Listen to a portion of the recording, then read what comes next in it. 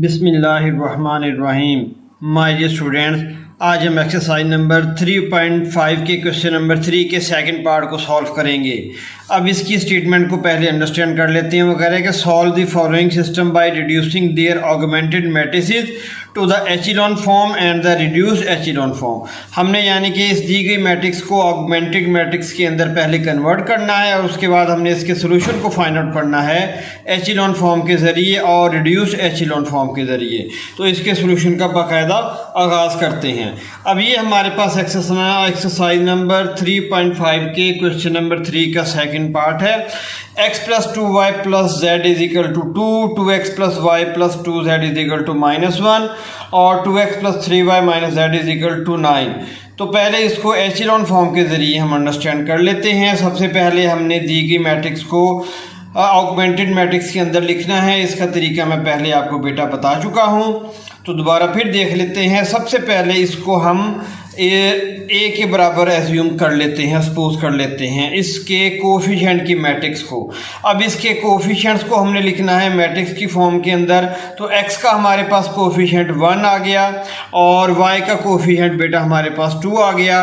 उसके बाद z का कोफिशिएंट हमारे पास 1 आ गया और ये कांस्टेंट को हमने एज इट इज़ लिख देना है 2। ये 2 है ना कांस्टेंट, इसको हमने एज इट इज़ लिख दिया।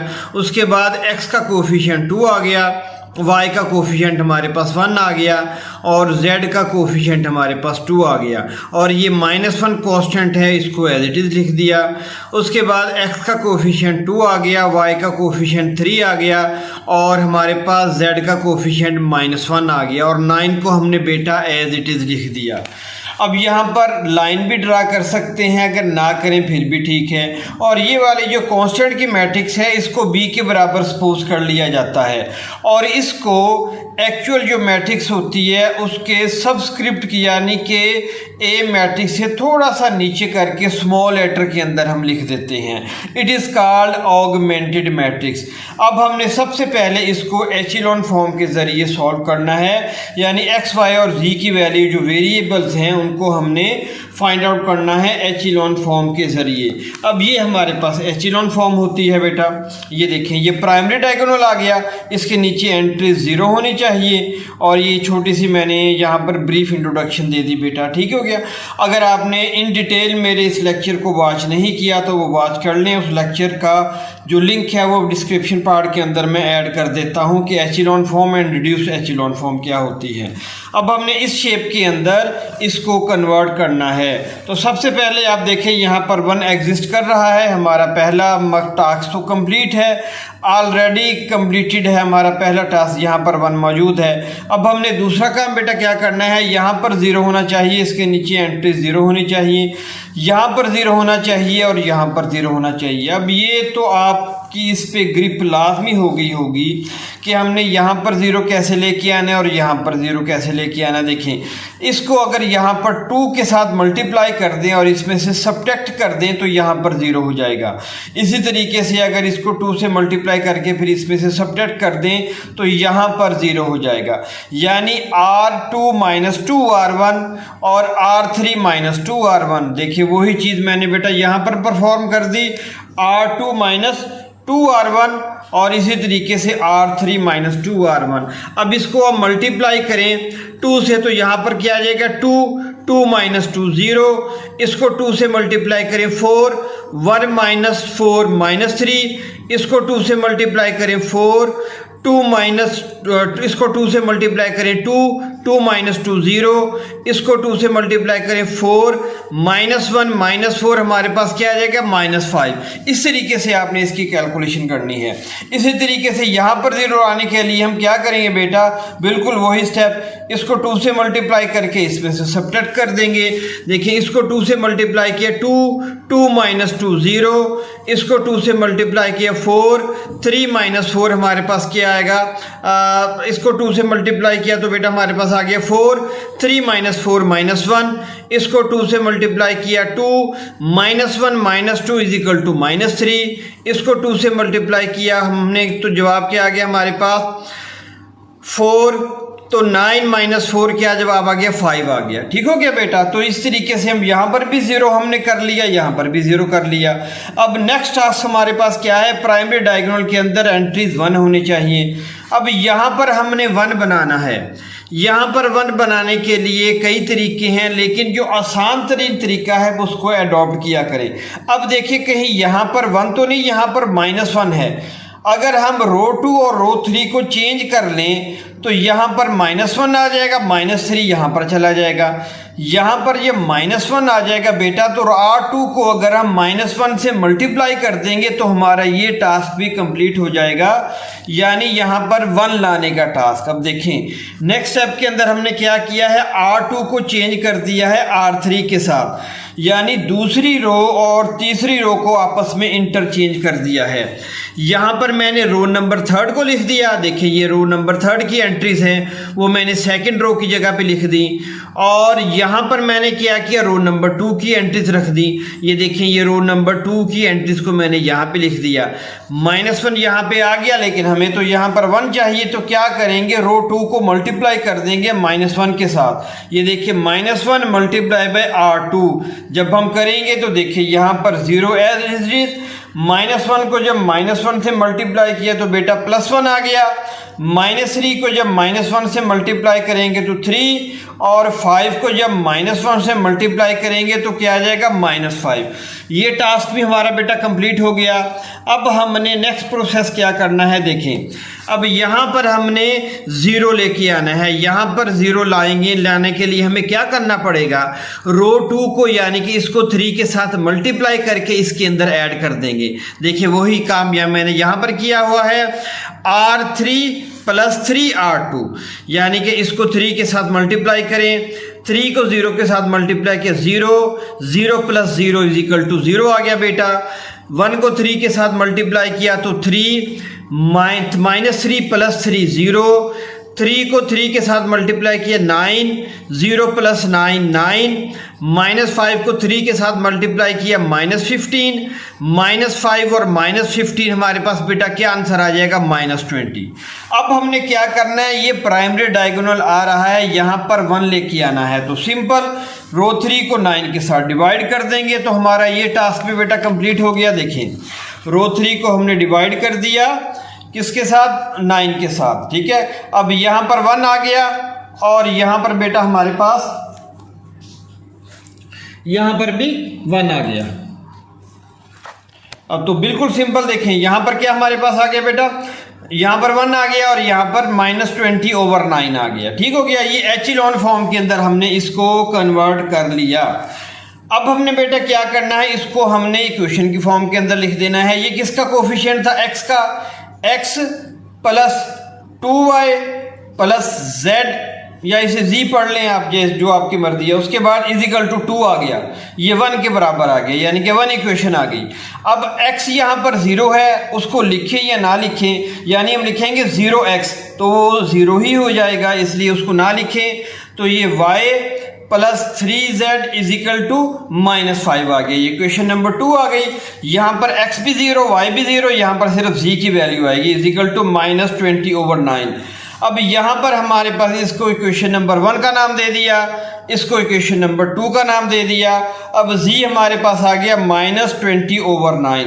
अब इक्वेशन नंबर 2 के अंदर हम z की वैल्यू को पुट कर देंगे, put z = -20/9 in equation 2, y as it is +3 हमारे पास, और z की जगह पे हमने बेटा उसकी वैल्यू पुट कर दी, -20/9 = -5 आ गया। 3 को -20 के साथ मल्टीप्लाई करेंगे तो -60/9 = -5, ये माइनस है, इक्वल के दूसरी साइड पे जाके ये बेटा प्लस हो जाएगा। देखें y = -5 + 60/9, 9 एलसीएम ले लिया, इसको सॉल्व करेंगे, -45 + 60 = 50/9, तो ये 3 5s are 15 और 3 3s are 9, 5/3, यानी हमारे पास y वेरिएबल का जो फाइनल आंसर आ गया वो आ गया 5/3। अब बेटा हमारे पास वैल्यूज आ चुकी हैं, z की वैल्यू आ चुकी है और y की वैल्यू आ चुकी है। अब हमने इसको पुट करना है इक्वेशन नंबर 1 के अंदर, ताकि हमारे पास x की वैल्यू भी आ जाए। तो now put y is equal to 5/3 and z is equal to -20/9 in equation 1। Equation 1 के अंदर इसको पुट करेंगे, 5 को 2 के साथ मल्टीप्लाई करेंगे 10 और -20/9 इज इक्वल टू 2। अब ये x is equal to 2 as it is आ गया, इधर प्लस हो रहा है, दूसरी साइड पे जाके माइनस हो जाएगा, -10/3 ये इधर माइनस है, दूसरी साइड पे जाके इक्वल के ये प्लस हो जाएगा 20/9। इसका एलसीएम ले लेंगे 9 और इसको सिंप्लीफाई करेंगे तो हमारे पास बेटा आंसर आ जाएगा 8/9। तो हमारे पास x की फाइनल वैल्यू भी आ गई। तो हमने इस सिस्टम को सॉल्व कर लिया। x किसके बराबर आ गया 8/9 के, y 5/3 के और z की वैल्यू हमारे पास -20/9 आ गई। ये बेटा हमने x, y और z की वैल्यू को फाइंड आउट कर लिया, किसके ज़रिए, एचिलॉन फॉर्म के ज़रिए। अब हमने इसको रिड्यूस्ड एचिलॉन फॉर्म के ज़रिए सॉल्व करना है। ये हमारे पास रिड्यूस्ड एचिलॉन फॉर्म की शेप आ गई। यहाँ पर मैंने थोड़ा सा इसको ब्रीफ भी कर दिया। ये प्राइमरी डायगोनल, इसके ऊपर एंट्रीज भी 0, इसके नीचे एंट्रीज भी 0 होनी चाहिए। अब हमने इस क्वेश्चन को पहले रिड्यूस्ड एचिलॉन फॉर्म के अंदर दी गई मैट्रिक्स को ऑगमेंटेड मैट्रिक्स को कन्वर्ट करेंगे और उसके बाद एक्स वाई जी की वैल्यूज़ को फाइंड आउट करेंगे। ये बेटा हमारे पास है solution bye reduced echelon form, ये रहा हमारे पास, ठीक है। तो ये मैंने पहले दी गई जो हमारे पास इक्वेशंस हैं इनको लिख लिया, उसके बाद ऑगमेंटेड मैट्रिक्स बना ली, एक्स वाई और जी के कोफिशिएंट्स को लिख लिया और कांस्टेंट जो हमारे पास वैल्यूज़ हैं इनको एंड पे लिख दिया और इसको बी एज्यूम करके उसको स्मॉल लेटर में मैंने ए के सबस्क्रिप्ट के अंदर लिख दिया। ठीक हो गया बेटा। अब हमारा वही काम कि यहाँ पर 0 होना चाहिए और यहाँ पर 0 होना चाहिए। तो यहाँ पर 0 लाने के लिए इसको 2 से मल्टीप्लाई करके इसमें सब्ट्रैक्ट कर देंगे और यहाँ पर 0 लाने के लिए भी बिल्कुल सेम प्रोसेस को अडॉप्ट करेंगे, इसको 2 से मल्टीप्लाई करके इसमें से सब्ट्रैक्ट कर देंगे। देखिए वही काम बेटा मैंने यहाँ पर किया, R2 - 2R1 और फिर आगे हमारे पास R3 - 2R1, बिल्कुल वही तरीका जो अभी हमने पहले पिछले पार्ट के अंदर इसको हमने किया। उसके बाद क्या बेटा हमने काम करना है, यहाँ पर हमारे पास -1 है यहाँ पर। अब हमने क्या करना है बेटा, यहाँ पर हमारे पास होना चाहिए 1। नेक्स्ट प्रोसेस के अंदर हमारे पास क्या होना चाहिए, यहाँ पर 1 होना चाहिए। तो हम रो 2 और रो 3 को इंटरचेंज कर लेंगे। ये देखिए रो 2 और रो 3 को हमने बेटा इंटरचेंज किया। इंटरचेंज करने के बाद -1 यहाँ पे आ गया, लेकिन यहाँ पर तो हमें -1 नहीं चाहिए, हमें 1 चाहिए। तो बेटा इसके लिए क्या करेंगे, हम इसको रो 2 को -1 से मल्टीप्लाई कर देंगे। ये देखिए यहाँ पर रो 2 को मैंने -1 के साथ मल्टीप्लाई कर दिया। यहाँ पर -1 था 1 हो गया, -3 था 3 हो गया, यहाँ पर 5 था, यहाँ पर बेटा -5 हो गया। अब हमने क्या करना है, ये वाली एंट्री को भी 0 बनाना है और ये वाली एंट्री को भी 0 बनाना है। ये वाली एंट्री को 0 बनाने के लिए बेटा क्या करेंगे, R2 को मल्टीप्लाई करेंगे हम 2 के साथ और इसमें से सब्ट्रैक्ट कर देंगे। और इसी तरीके से यहाँ पर 0 बनाने के लिए क्या करेंगे, इसको 3 से मल्टीप्लाई करके इसके अंदर ऐड कर देंगे। वही चीज़ बेटा मैंने यहाँ पर लिख दी, देखें R1 - 2R2 और R3 + 3R2। अब ये बिल्कुल सिंपल है। अब आपने बेटा इसको खुद ही देख लेना है। आप चलिए एक मैं आपको करके बता देता हूँ। देखें -2 के साथ इसको मल्टीप्लाई कर दें, R2 को देखिए, इसको यहाँ पर क्या हो जाएगा, हमारे पास 0 को -2 के साथ मल्टीप्लाई किया तो हमारे पास आंसर आ गया 0 और 1 + 0 हमारे पास बेटा आ जाएगा 1। और इसी तरीके से इसको -2 के साथ मल्टीप्लाई किया तो -2 उसके अंदर ऐड कर दें, 2 - 2 हमारे पास क्या आ गया बेटा 0 आ गया। इसी तरीके से 3 को -2 के साथ मल्टीप्लाई करेंगे तो क्या आ जाएगा -6। 1 - 6 किसके बराबर आ जाएगा, -5 के। और ये -5 को -2 से मल्टीप्लाई करेंगे तो आ जाएगा हमारे पास +10। 2 + 10 क्या आ जाएगा 12। तो इस तरीके से आपने इसको भी बेटा देख लेना है, ये वाला अमल भी, ठीक है। ये R3 + 3R2 है। तो यहाँ पर भी 0 हो गया, यहाँ पर भी 0 हो गया। अब बेटा हमने क्या काम करना है, अपने यहाँ पर 1 लेके आना है। यहाँ पर 1 लाने के लिए क्या करेंगे, इसको R3 को 9 के साथ डिवाइड कर देंगे। बिल्कुल सिंपल प्रोसेस। R3 को 9 के साथ हमने डिवाइड किया तो देखें इस तरीके से हमारे पास बेटा आ जाएगा। ये देखिए R3 को 9 के साथ डिवाइड किया तो यहाँ पर 1 आ गया। यहाँ पर -20/9 आ गया। अब ये देखें, ये हमारे पास रिड्यूस एचिलॉन फॉर्म के अंदर ये वाली मैट्रिक्स कन्वर्ट हो चुकी है 1 1 1 और ऊपर एंट्रीज भी 0 और नीचे एंट्रीज भी 0। अब हमारे पास क्या है बेटा कि ये वाला अमल, ये देखिए R1 + 5R3, यहाँ पर हमने 0 लेके आना है। तो क्या करेंगे, यहाँ पर R1 यानी कि इसको 5 के साथ मल्टीप्लाई करके इसके अंदर ऐड कर देंगे। इसको जब 5 के साथ मल्टीप्लाई करेंगे तो यहाँ पे क्या आ जाएगा, 5 - 5 + 5 हमारे पास क्या आ जाएगा बेटा, -5 + 5 हमारे पास 0 हो जाएगा। इसी तरीके से हमने यहाँ पर 0 लेके आना, तो क्या करेंगे, इसको 3 के साथ मल्टीप्लाई करके इसमें से सबट्रैक्ट कर देंगे।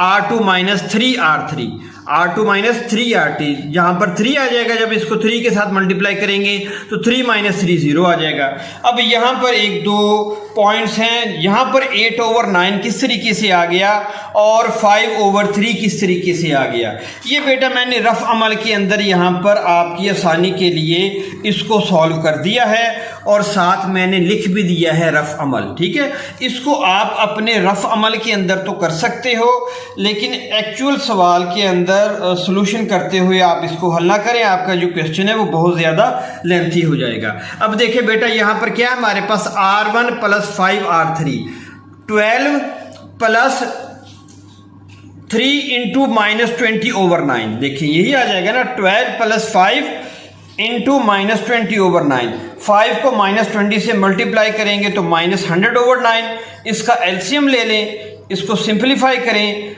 108 - 100/9 = 8/9। देखिए वही मैंने यहाँ पर लिख दिया। क्लियर होगी बात। अब R2 - 3R3 -5 - 3 × -20/9। देखिए यही चीज़ मैंने यहाँ पे लिख दी, -5 - 3 × -20/9। -3 और -20 को जब मल्टीप्लाई करेंगे +60/9। इसका एलसीएम ले लें, -45 + 60 = 15/9। तो 3 5 = 15, 3 3 = 9, 5/3। तो ये मैंने यहाँ पर लिख दिया 5/3। अब ये वाली जो शेप हमारे पास है ये रिड्यूस एचिलॉन फॉर्म के अंदर कन्वर्ट हो चुकी है। अब इसको हम इक्वेशन के फॉर्म के अंदर लिख दें। ये क्या है, x = 8/9, x = हमारे पास बेटा आ गया 8/9। इसी तरीके से ये हमारे पास क्या है, x और z यहाँ पर 0 होंगे, ये y है, y = 5/3। वही बेटा यहाँ पर लिख दिए y = 5/3।